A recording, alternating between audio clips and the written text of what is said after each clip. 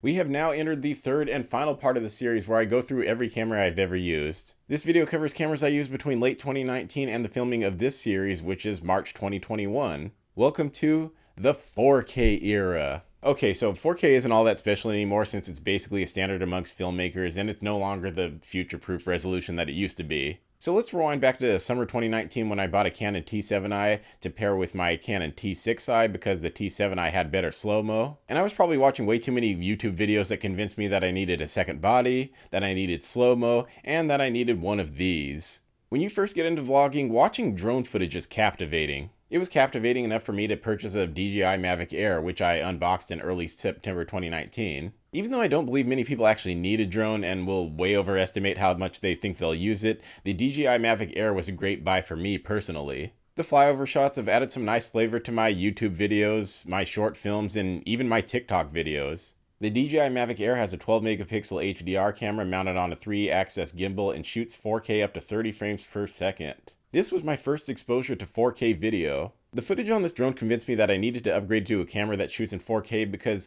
the videos look so much sharper than anything I got out of the Canon T6i or T7i, both of which top out at 1080p. In early 2019, I unboxed the iPhone 11. It's the first 4K phone camera I ever owned and the second step toward creating a camera kit of only 4K cameras. It has a 12 megapixel camera with an f2.2 aperture and shoots 4K 60. Based on my experience, this is an excellent B cam for vloggers and may even serve as a convenient A cam in a pinch in locations where other cameras aren't allowed. I guess I'll have the 8-piece of the dark or roasted. I found that the iPhone 11 gets me decent 4K videos in places where I need to be more discreet, like inside of a store. If I ever need B-roll of the inside of a store, I'm not going to call attention to myself with a DSLR, mirrorless, or cinema camera.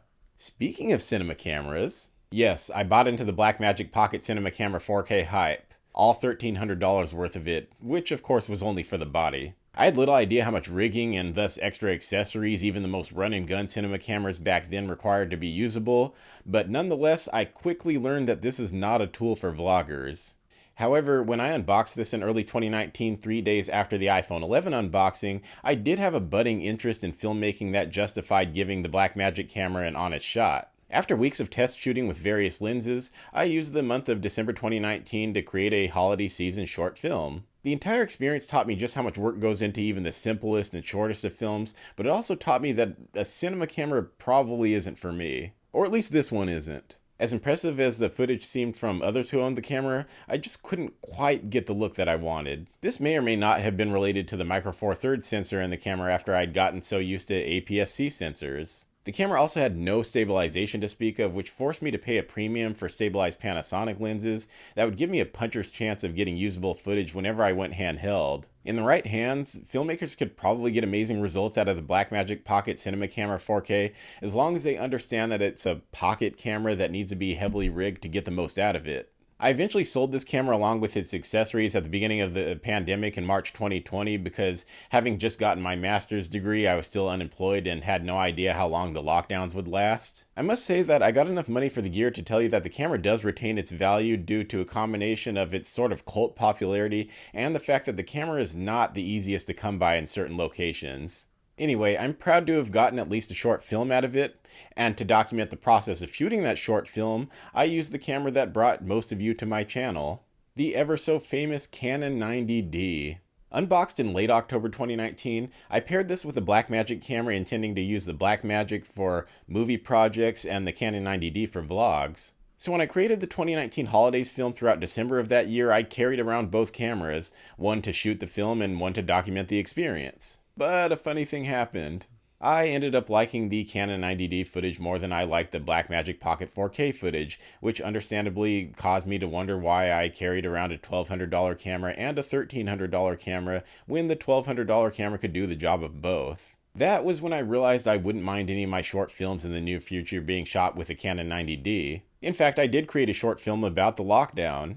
Thanks to the Canon 90D, I have a massive image and video library from between October 2019 and December 2020 when it served as my main camera. Like the previous two Canon APS-C camera bodies I had, the T6i and the T7i, the 90D combined great ergonomics and ease of use with great colors coming right out of the camera. This made shooting fun because it took a lot of the unnecessary thinking and effort out of photography and filmmaking. Not to mention that regarding specs, the 90D is like the Canon T7i on steroids. The 90D has a 32 megapixel sensor that shoots 4K up to 30 frames per second. Now, while the 4K is a bit soft because the camera likely undersamples, it does look better than 1080p resolution. In addition to Canon's ease of use, ironically the brand's notoriously soft images might be a reason so many beginner YouTubers start with Canon. I mean, nothing hides flaws in a face better than softening the image and combining it with a somewhat dreamy color science. It's the same reason people overuse those obnoxious ghostly filters on Instagram and Snapchat. Anyway, I could keep going on about the Canon 90D because it's an interesting camera that might be among the best values out there. But I've already made several review videos dedicated to this camera, and up until December 2020, almost every video on this channel was shot with the Canon 90D. Moving on to the DJI Osmo action camera, which I got by taking advantage of a Valentine's Day 2020 sale. I wanted to give action cameras a try. I really did. I live in San Francisco, which is a great city for running, biking, and hiking, all with scenic views. But the footage looks bad. It's even noisy in good light. I'm not giving up on the possibility or even probability that the problem is more likely me than the camera. But if you look up GoPro footage looks bad, it shows that action camera footage being bad might just be the standard. But I haven't quite given up on this camera yet, as I just dropped $30+ on an action cam chest mount to expand my filmmaker horizons. Maybe one day I'll take you on a ride over the Golden Gate Bridge or on one of my runs along the water. Now onto the camera that temporarily replaced my Canon 90D. Unboxed in December 2020, I got the Sony a6600 to dip my toes into the Sony mirrorless system after seeing months of signs that Sony may be focused on content creators a bit more than Canon is. See the reception to the a7S III versus R5 and R6.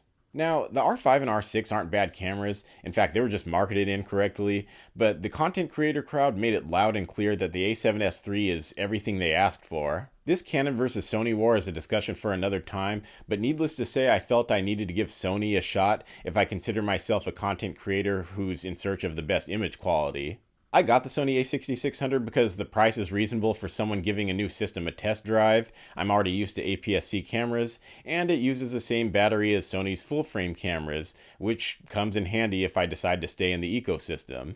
So far, I've had limited use with the Sony a6600, but compared to the Canon 90D, the a6600 has sharper images, but comes with a more tedious workflow. Given what I previously heard about Sony menus, I sort of expected that this is sort of representative of Sony versus Canon in general. After walking around with the a6600 a bit, I did develop a workflow that took some getting used to, but eventually became second nature. Combined with a Sigma 18-35mm f1.8 art lens, the Sony a6600 is now my permanent studio talking head camera that you're watching me through right now. After just a couple of months of using this camera, I realize I value the sharpness coming out of Sony cameras more than I value the colors coming out of Canon cameras. While the Canon 90D undersamples its 4K, resulting in a softer image, the Sony a6600 oversamples its 4K, resulting in a sharper image. You could always color correct video in post, but you can't add more detail. So, pushing for that better image quality, I decided that my first full-frame camera would come in a Sony body.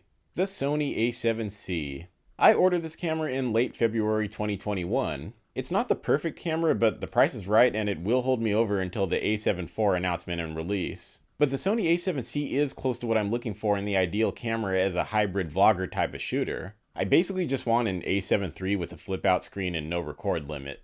The a7C has the specs and the flip-out screen, but believe it or not, I would actually prefer the a7 III style body with the flip-out screen. The a7C is advertised as compact, but it's really not all that compact because it's thicker than the compact APS-C camera bodies, which means that all they really did was move the viewfinder to the left and scrunched it down a bit. Plus, full-frame lenses will more than negate its smaller size anyway, so you might as well get the camera that has the better viewfinder and the better grip. But you can't get that without giving up the flippy screen, which the a7C has, and that screen is everything as far as vlogging is concerned. So as far as my ideal or perfect camera is concerned, the Sony a7C is about 95% there. The aforementioned camera body flaws barely register as flaws to me at the moment, especially because it has the one deal-breaking feature. As far as specs goes, it pretty much nails them from the hybrid vlogging content creator perspective. It shoots 4K up to 30 frames per second. Sure, 60 or 120 frames per second would be nice, but I basically never shoot in slow motion. and the 1080p 120 is probably fine. And like the A6600, the A7C's 24.2 megapixel sensor is in that Raman sweet spot that gives a nice middle ground between detailed photographs and low-light video performance. Wrapping up this series, I want to thank those of you troopers willing to sit through 3 videos of me just talking about cameras I've used, but hopefully you got something out of this. What we learned here is how quickly camera technology has evolved throughout our lives, especially in the last decade and a half. We used to need to manually put film into cameras that we would then need to take to professionals to develop for us while we crossed our fingers that the photos came out okay. Now we all carry around handheld devices with supposedly more computing power than we used to land on the moon. A device we can use to make phone calls, leave voicemails, exchange text messages, surf the web, use as a hybrid camera that gives us better photo and video quality than almost anything we had 15 years ago, and to read this part of the script so I didn't have to memorize this paragraph. We also learned that as you grow as a photographer and filmmaker, you give yourself justification to upgrade your camera gear as your creative visions grow. Sure, content and storytelling will always be more important than specs, but experience gained through years of creating enables you to make informed gear decisions. That way, when you sell one of your body parts for that next upgrade in camera equipment, you'll know it's worth it.